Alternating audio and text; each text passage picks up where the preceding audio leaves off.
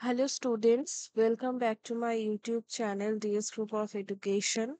আশা করছি তোমরা সবাই ভালো আছো এবং আজকের এই ভিডিওটি কল্যাণী বিশ্ববিদ্যালয়ের post graduate program for the year 2024-25 এর অ্যাডমিশন নোটিফিকেশন সম্পর্কিত। তোমরা দেখতেই পাচ্ছ স্ক্রিনে যে পিডিএফটা তোমরা দেখতে পাচ্ছ সেখানে বলা রয়েছে যে কল্যাণী বিশ্ববিদ্যালয়ের যে পোস্ট গ্রাজুয়েট প্রোগ্রাম সেই পোস্ট গ্রাজুয়েট প্রোগ্রামে ভর্তি প্রক্রিয়ার একটা নোটিফিকেশন কিন্তু তারা জারি করেছে। এখানে প্রত্যেকটি প্রোগ্রামের জন্য ঠিক কতগুলো সিট বরাদ্দ রয়েছে তারা একটা মেনশন করেছে।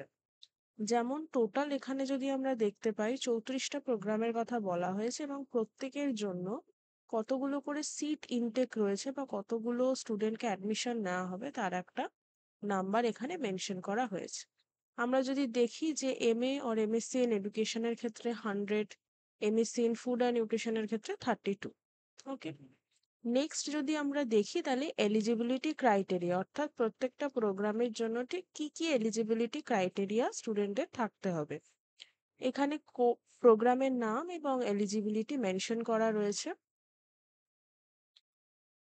যেমন যদি এমএসসি ইন ফুড অ্যান্ড নিউট্রিশনের ক্ষেত্রে দেখি তাহলে 80-20 রেশিওতে হবে।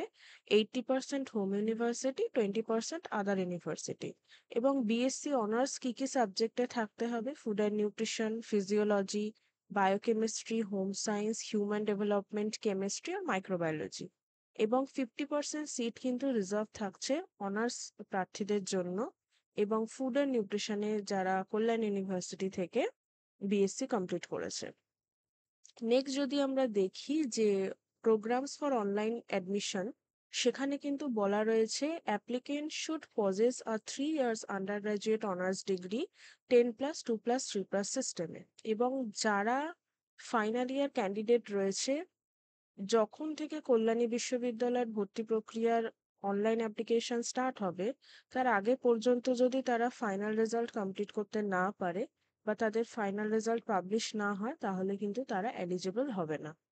নেক্সট যদি আমরা দেখি মেরিট লিস্ট প্রিপারেশন, এখানে কিন্তু 80% ক্যাটাগরি ওয়াইজ নেওয়া হবে হোম ইউনিভার্সিটিদের এবং 20%-এর মধ্যে থাকবে আদার ইউনিভার্সিটি। এছাড়াও মেনশন রয়েছে বেসড অন সিজিপিএ।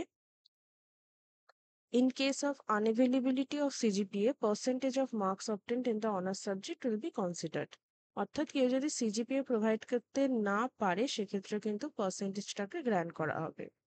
এছাড়াও আমরা যদি দেখি যে প্রত্যেকটা প্রোগ্রামের ক্ষেত্রে একটা করে সিট স্পোর্টস কোটা ক্যান্ডিডেটদের জন্য থাকবে, যেটা শুধুমাত্র হোম ইউনিভার্সিটির জন্য। অনলাইন অ্যাপ্লিকেশন স্টার্ট হবে 3rd অফ সেপ্টেম্বর, শেষ হবে 17th of September. First provisional merit list publish হবে 20th সেপ্টেম্বর, কাউন্সিলিং হবে 24 এবং 26 সেপ্টেম্বর। ক্লাস শুরু হবে আনুমানিক 3rd অফ অক্টোবর এবং যদি সেকেন্ড কাউন্সিলিং এর প্রয়োজন হয় সেটা জানিয়ে দেওয়া হবে।